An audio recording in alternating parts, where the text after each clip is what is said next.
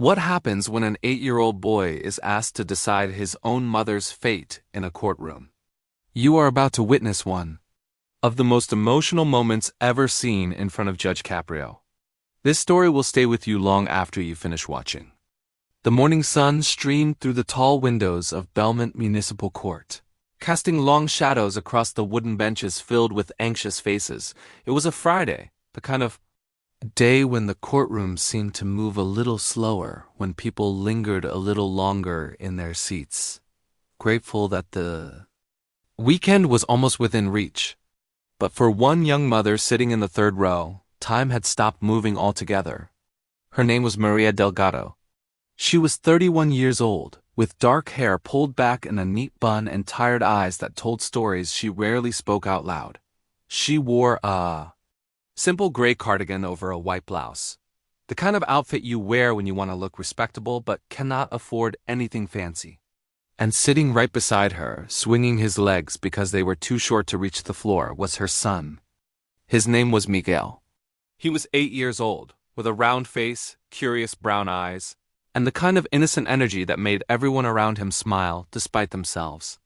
Miguel clutched a small toy car in his hands, running it silently along the armrest of the bench. He did not fully understand why they were here. His mother had tried to explain it to him the night before, something about a parking ticket and needing to talk to a judge. But to Miguel, this was just another adventure, another place to explore with his imagination. He did not know that his mother had been crying in the bathroom that morning, trying to compose herself before waking him up for school. He did not know that she had barely slept in 3 days, worrying about this moment. He did not know that their entire life hung in a delicate balance that could tip at any second.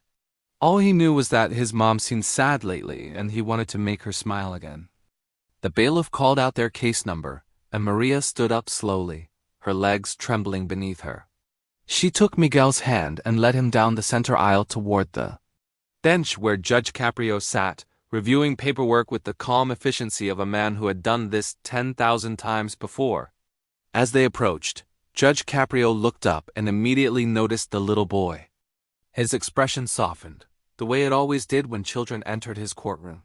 He had seen too many kids caught up in adult problems, dragged into situations they never asked for and could not control. It never got easier. "Good morning," Judge Caprio said warmly, directing his greeting toward both mother and son. "And who do we have here?" Maria cleared her throat, trying to steady her voice. "Good morning, Your Honor. I'm Maria Delgado, and this is my son, Miguel." Judge Caprio leaned forward, looking directly at the boy. "Miguel, that's a strong name. How old are you, young man?" Miguel looked up at the judge with wide eyes, momentarily frozen by the formality of the setting. Then he held up 8 fingers. "I'm 8, sir. I'll be 9 in March." The courtroom let out a collective murmur of endearment. There was something about the earnestness of children that cut through all the tension and formality of legal proceedings. Judge Caprio smiled. 8 years old. That's a great age. You know what? I have a very important job for you today, Miguel. Do you think you can help me? Miguel's eyes widened with excitement. He nodded vigorously, the toy car momentarily forgotten in his grip. Maria looked confused, glancing between her son and the judge. She had no idea where this was going, and the uncertainty made her heart beat even faster. Judge Caprio picked up the file in front of him and scanned the contents. "Mrs. Delgado, it says here that you were cited for an expired parking meter on Waverly Street on November 3rd. The fine is $75. Is that correct?" Maria nodded. "Yes, Your Honor. I know I was wrong. I should have put more money in the meter. It's just that things have been very difficult lately, and I lost track of time." The judge studied her face for a moment, reading the exhaustion and worry written in every line.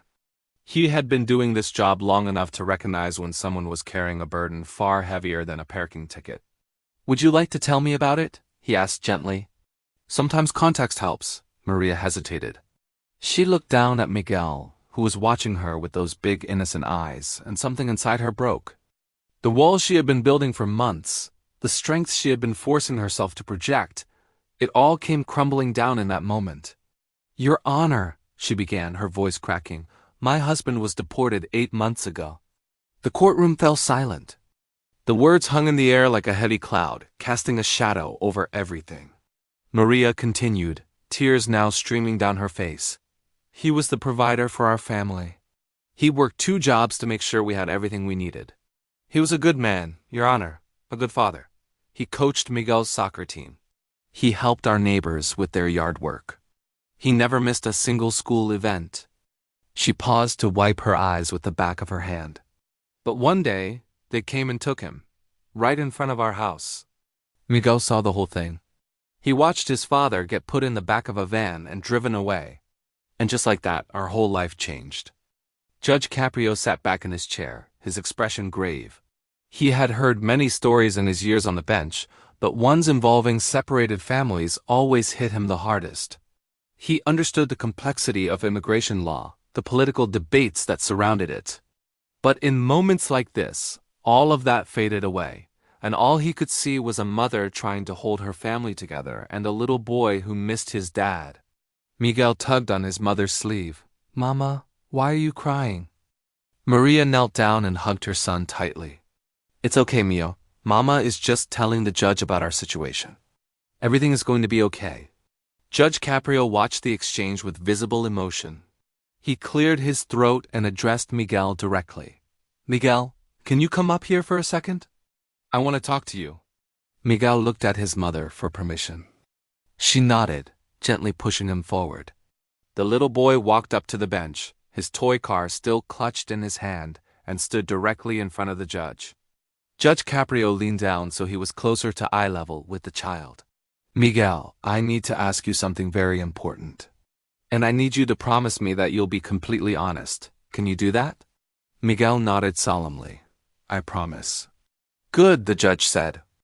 "Now, I'm going to show you something on this screen.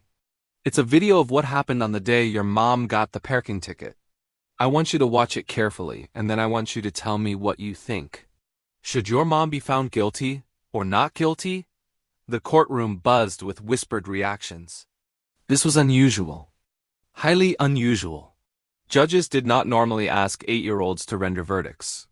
But everyone in that room understood that Judge Caprio was doing something special. He was giving this child a moment of agency, a chance to feel like he had some control in a world that had taken so much from him. The bailiff pressed play on the small monitor positioned near the bench. The footage showed a simple street scene. A modest sedan parked at a meter.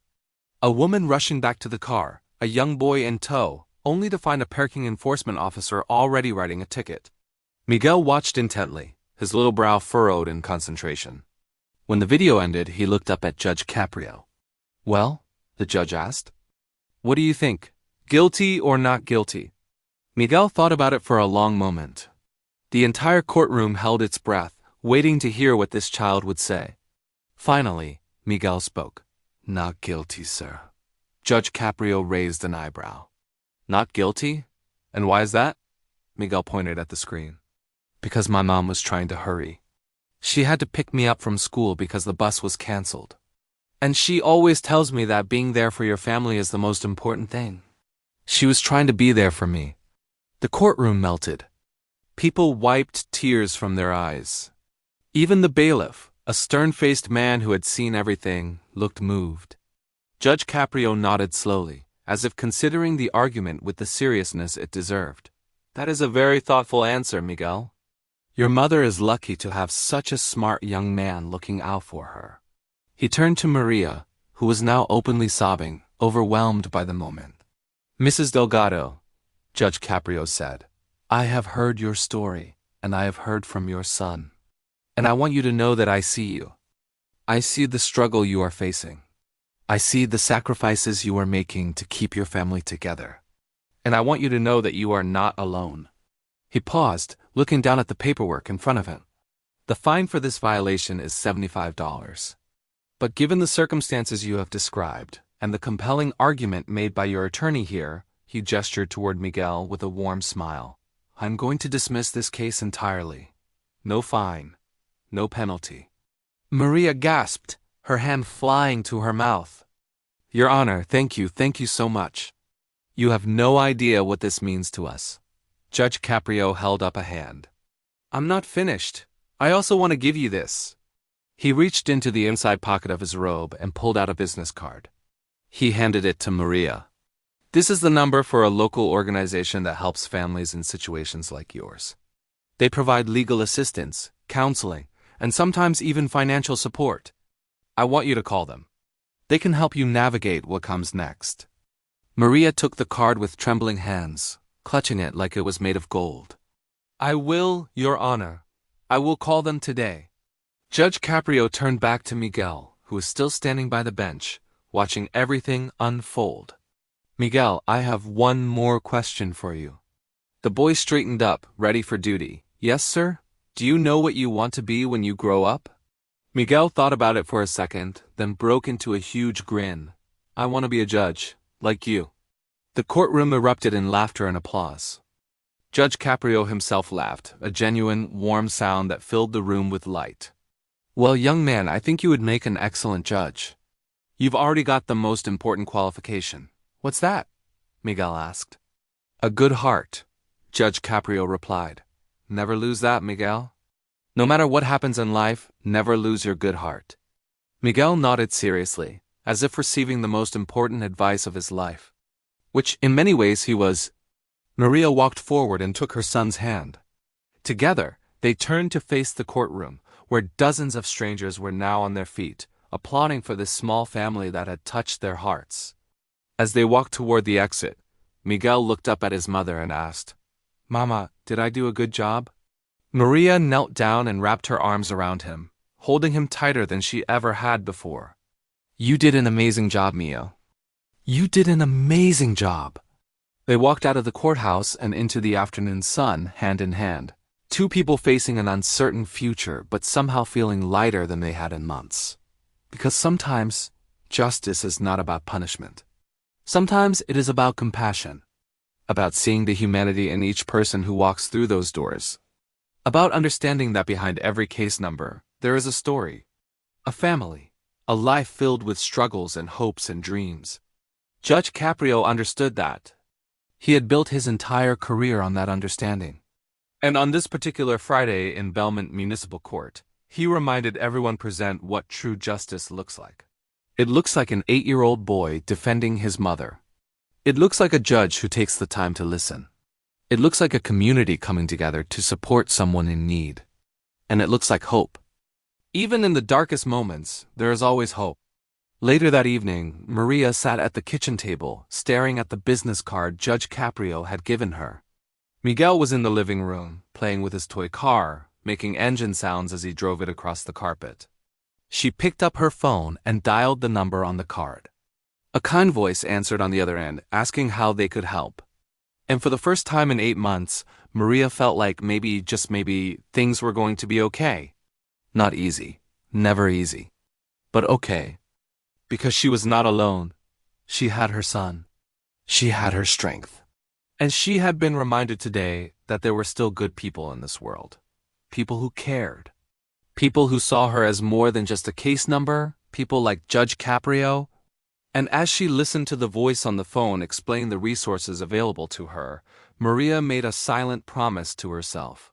She would keep fighting. For Miguel. For their family. For the future they both deserved. Because that is what mothers do. They fight. They persevere. They never give up. And sometimes when they least expect it, they find a little bit of grace in the most unlikely of places. Even a courtroom.